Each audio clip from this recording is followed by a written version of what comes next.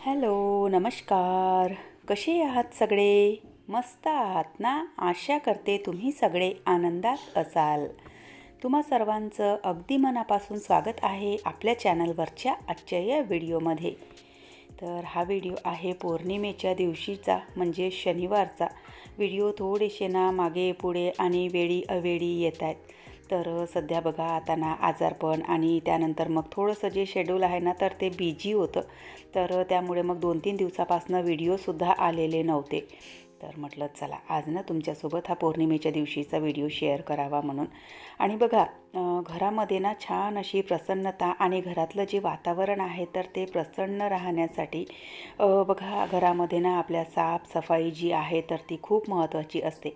आणि त्यामधल्याच बघा काही ना तिथ्या अशा असतात जसं पौर्णिमा आहे, अमावस्या आहे किंवा ज्या चतुर्थीच्या तिथ्या असतात. तर या दिवसांमध्ये केल्या गेलेल्या ज्या सेवा आहेत तर त्या सेवांना अधिकच फलद्रूप होतात.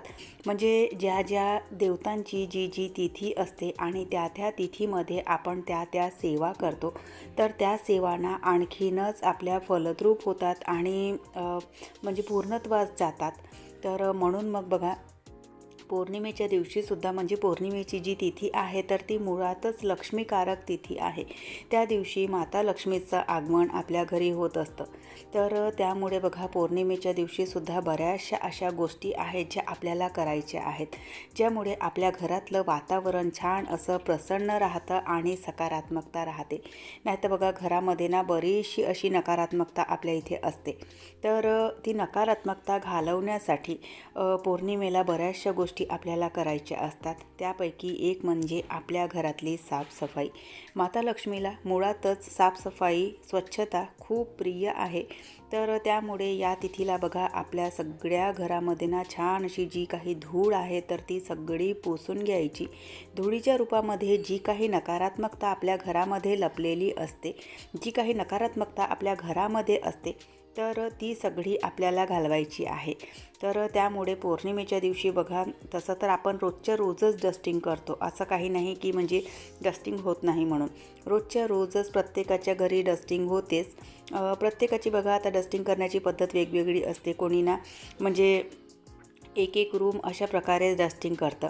पण आजच्या दिवशी बघा म्हणजे पौर्णिमेच्या दिवशी सगळ्या घरामध्ये ना एक कपडा फिरवून घ्यायचा. बघा एक म्हण आहे, हात फिरे तिथे लक्ष्मी वसे.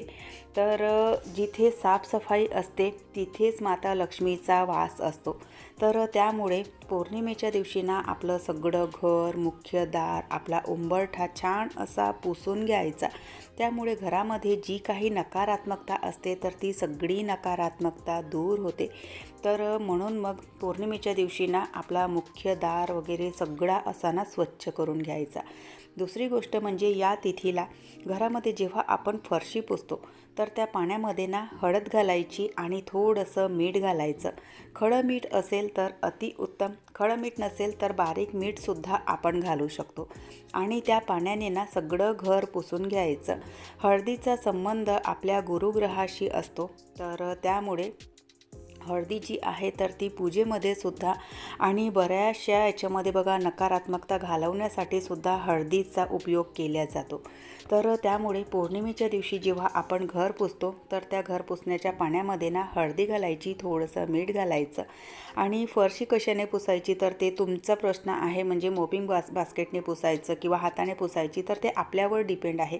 मला आठवड्यातून एकदा तरी किंवा दोनदा तरी मी हाताने फरशी पुसून घेते. तर त्यामुळे सगळं घर मी हाताने पुसून घेतलं. त्यानंतर आपला जो म्हणजे मुख्य दार असतो आणि त्यावर जो उंबरठा असतो तर त्या उंबरठ्यावर ना हळदीचं लेपन करून घ्यायचं. हळदीच्या लेपनामुळे आपल्या घरातली नकारात्मकता दूर होते. आपला जो उंबरठा आहे तर त्या ठिकाणी सर्व तीर्थांचा वास असतो. सर्व म्हणजे मुख्य जे एक शक्ती असते आपल्या घराची, तर मुख्य शक्तीचं जे केंद्र आहे तर ते म्हणजे आपला उंबरठा. तर आजच्या दिवशी बघा उंबरठ्यावर सुद्धा ना हळदीचं लेपन करून घ्यायचं. हळदीच्या लेपनामध्ये ना थोडंसं चंदन पावडर, थोडंसं गुलाबजल घालायचं. तर त्यामुळे आपल्या उंबरठ्याला आणखीनच अशी सकारात्मकता प्राप्त होते. तर म्हणून मग मी तिथे ना हळदीच्या लेपनामध्ये म्हणजे हळदीमध्ये थोडंसं चंदन पावडर आणि थोडंसं गुलाबजल घातलेलं आहे.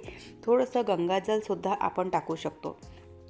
तर छान असं उंबरठ्यावर हळदीचं लेपन करून घेतलं आणि लेपन सुकत आहे तोपर्यंत मग देवपूजेची तयारी माझी चालू आहे.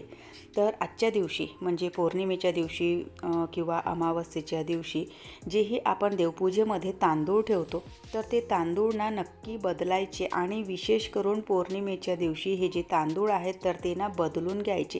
कारण बघा तिथे जे आपण तांदूळ ठेवतो तर नाहीही म्हटलं तरी पाण्याचा हात लागतो किंवा पाण्याचे थेंब पडतात तर ते तांदूळ खराब होतात. तर म्हणून मग ना पौर्णिमेच्या दिवशी हे जे तांदूळ आहेत तर ते सगळे बदलून घ्यायचे. जास्त जर खराब झाले तर मधामध्ये सुद्धा आपण बदलू शकतो, पण पौर्णिमेच्या तिथीला सगळे देवपूजेमधले जे तांदूळ आहेत तर ते सगळे बदलून घ्यायचे. आपल्या देवपूजेचे जे भांडे आहेत तर ते सुद्धा सगळे स्वच्छ करून घ्यायचे. पूर्ण देवपूजेचे जे भांडे आहेत आणि देवांच्या ज्या मूर्त्या आहेत तर त्या मी सगळ्या स्वच्छ करून घेतल्या आणि ते भांडे सुकत आहे तोपर्यंत थोडासा देव्हारासुद्धा स्वच्छ करायला घेतला. आपल्या घरामध्ये सगळ्यात जास्त पॉझिटिव्हिटी जर कुठून येत असेल तर ते म्हणजे आपलं देवघर. तर देवघरसुद्धा बघा नेहमी स्वच्छ ठेवण्याचा प्रयत्न करायचा, कारण जी गोष्ट आपल्याला सगळ्यात जास्त सकारात्मकता देते तर ती गोष्ट नेहमी स्वच्छ राहणं खूप गरजेचं असतं. तर म्हणून मग देवघरसुद्धा स्वच्छ करून घेतलं. माझ्या देवघराला ना पांढऱ्या रंगाचा जो मायका शीट आहे तर ती पांढऱ्या रंगाची लागलेली आहे आणि खालचा जो बॉक्स आहे तर तो बघा नाहीही म्हटलं तरी आपले हात लागतात, कधी हळद कुंकवाचे डागं लागतात तिथे किंवा कधी दिव्यातलं तेल सांडतं तर तो ना थोडासा म्हणजे जास्तच खराब होतो. तर त्यामुळे आठवड्यातून एकदा तरी ना माझं जे देवघर आहे म्हणजे खालचा जो बॉक्स आहे तर त्याचा वरचा सरफेस आहे तर तो मला ना स्वच्छ करावाच लागतो. तर तो मी छान असा स्वच्छ करून घेतला आणि त्यानंतर मग देवपूजेची ना माझी तयारी चालू आहे. तर बघा आपल्या देवघरामध्ये बऱ्याचशा अशा म्हणजे मूर्त्या असतात किंवा मंगल कलश आहे, कवड्या आहे किंवा जे कासव वगैरे असते तर ते सगळं आपण ना अशा प्रकारे तांदळामध्ये ठेवतो. अन्नपूर्णा मातासुद्धा तांदळामध्येच ठेवायची. ज्या कासवाच्या खाली अंक असतात तर ते अंकवालं जे कासव आहे तर ते ना नेहमी तांदळामध्ये ठेवायचं. बरेच लोक काय करतात ते कासव जे आहे ना तर ते पाण्यामध्ये ठेवतात, पण जे कासव प्लेन असतं खालून तर त्याला पाण्यामध्ये ठेवायचं आणि ज्या कासवावर खाली अंक लिहिलेले असतात म्हणजे ते लक्ष्मी यंत्र असतं तर ते कासवना अशा प्रकारे तांदळामध्ये ठेवायचं. देवपूजेमध्ये वापरले जाणारे जे तांदूळ आहेत तर ते कधीच असे पांढरे शुभ्र ठेवायचे नाही.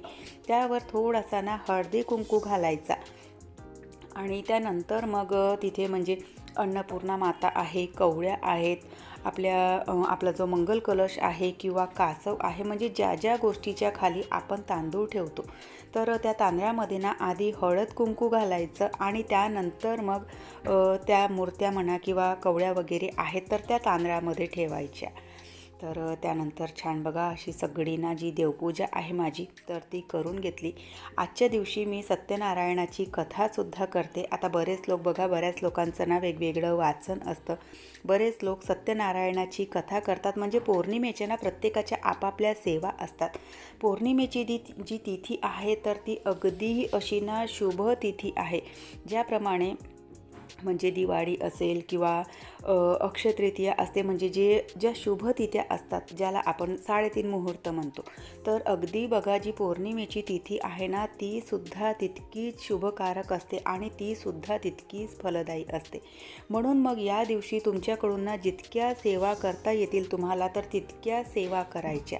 उंबरठ्यावर सुद्धा छान दिवा लावून घ्यायचा. उंबरठ्यावर ना रोजच्या रोज रांगोळी काढून घ्यायची. रांगोळीचा आणि सकारात्मकतेचा खूप जवळचा संबंध आहे.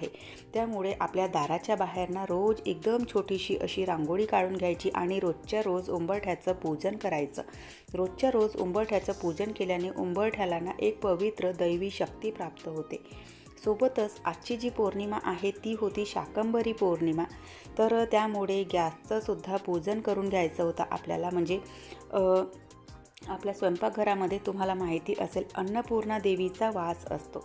तर त्यामुळे आजच्या दिवशी ना आपल्या म्हणजे गॅसचं आणि स्वयंपाकघरामध्ये एक दिवा लावून घ्यायचा आणि गॅसचं सुद्धा पूजन करून घ्यायचं. शक्य होत असेल ना तर रोजच्या रोज गॅसला म्हणजे जे आपलं स्वयंपाकघर असतं तर तुम्हाला जसं की मी सांगितलं माता अन्नपूर्णेचं स्थान असतं आणि जिथे आपण स्वयंपाक बनवतो तर ती जागा म्हणजे अन्नपूर्णा मातेचं निवासस्थान.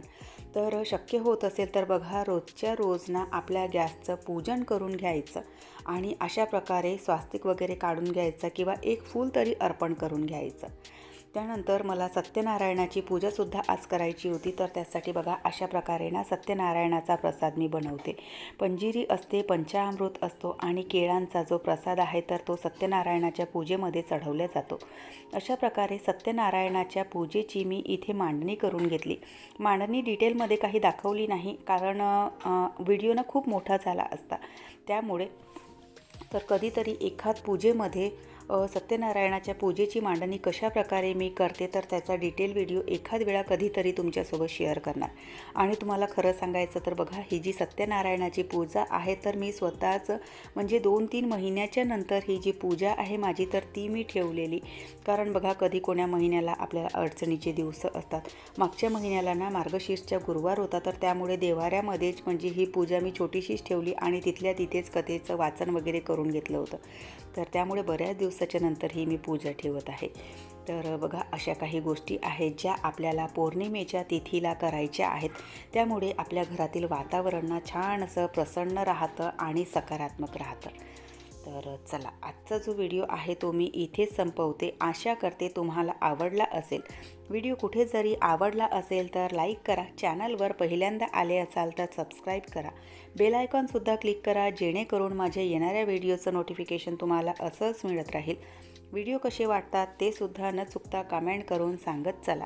आपण भेटूयात नंतरच्या व्हिडिओसोबत. तोपर्यंत सगळ्यांना बाय. सगळ्यांना धन्यवाद. हर हर महादेव. आणि लाईक केल्याच्या नंतर जे हाईपचं ऑप्शन येतं तर त्या हाईपच्या ऑप्शनला सुद्धा प्रेस करा. त्याच्याने माझे जे व्हिडिओ आहेत तर ते आणखी लोकांपर्यंत पोहोचतील आणि तुमच्याकडून माझ्यासाठी ही एक छोटीशी भेट असणार आहे. तर चला बाय.